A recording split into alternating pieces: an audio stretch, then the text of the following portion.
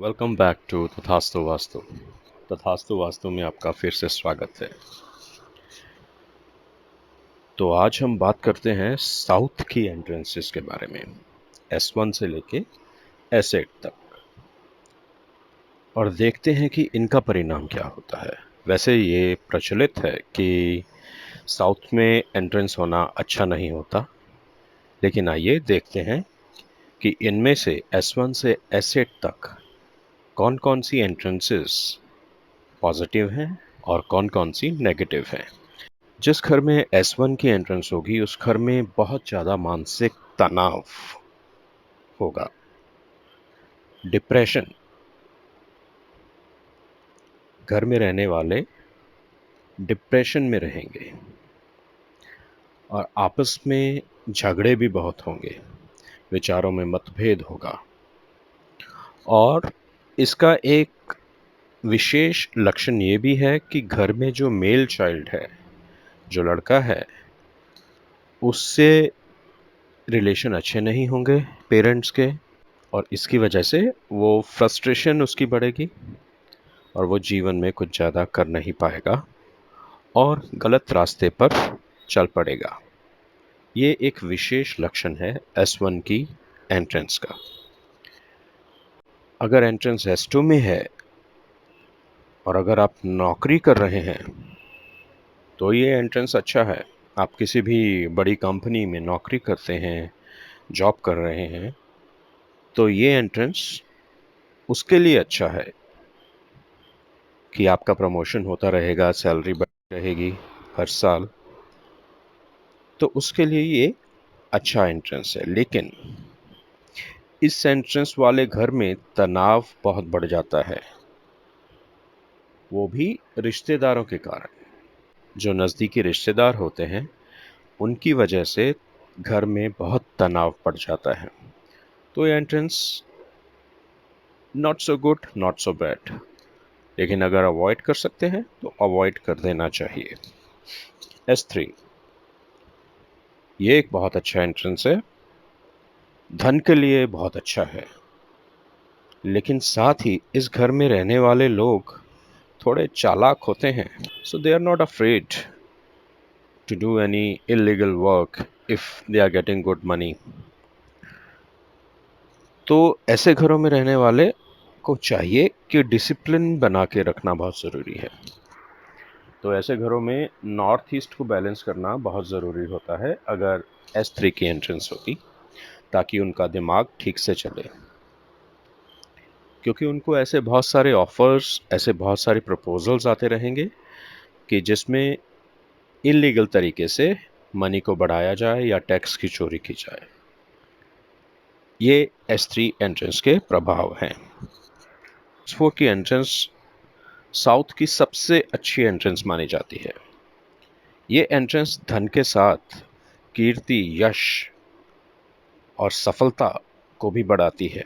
Print media हो या electronic media हो, इसमें काम करते हैं, उनके लिए ये विशेष रूप से अच्छा है, क्योंकि इनमें सफलता के साथ साथ फेम भी बहुत दिलाता है ये एंट्रेंस।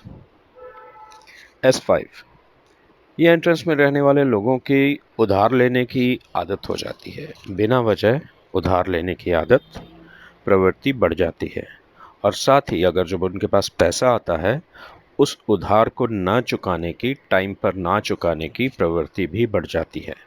तो ऐसे एंट्रेंस में रहने वालों को कभी भी उधार ना दीजिए, क्योंकि वो पैसा आपका जल्दी से वापस नहीं करेंगे।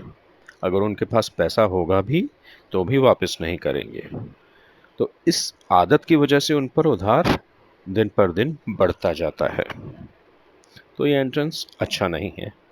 S6 इस एंट्रेंस में रहने वाले को गाने बजाने का बहुत शौक होता है, तो म्यूजिक में बहुत उनको दिलचस्पी होती है। घर में हारमोनियम या कोई म्यूजिकल इंस्ट्रूमेंट ज़रूर होता है।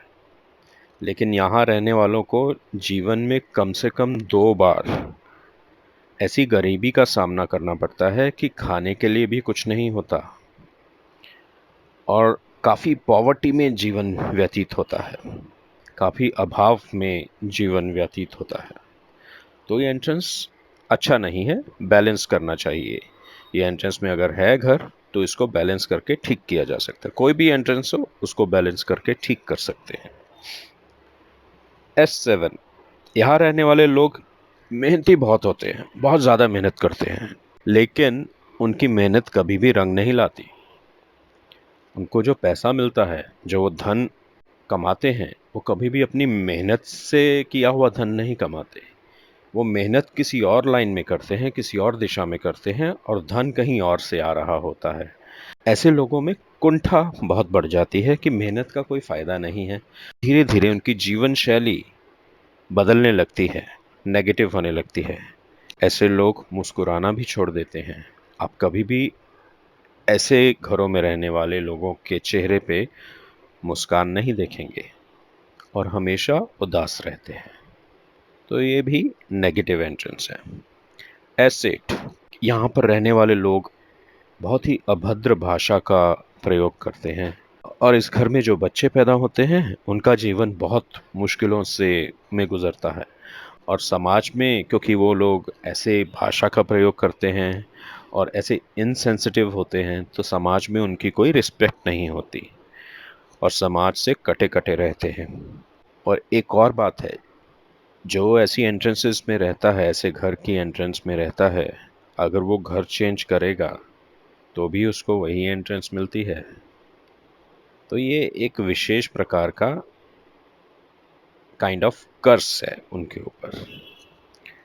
तो इसके लिए ये एंट्रेंस बहुत नेगेटिव है, इसको बैलेंस जरूर करना चाहिए। स्पेस सर्जरी के द्वारा इस एंट्रेंस को ठीक किया जा सकता है।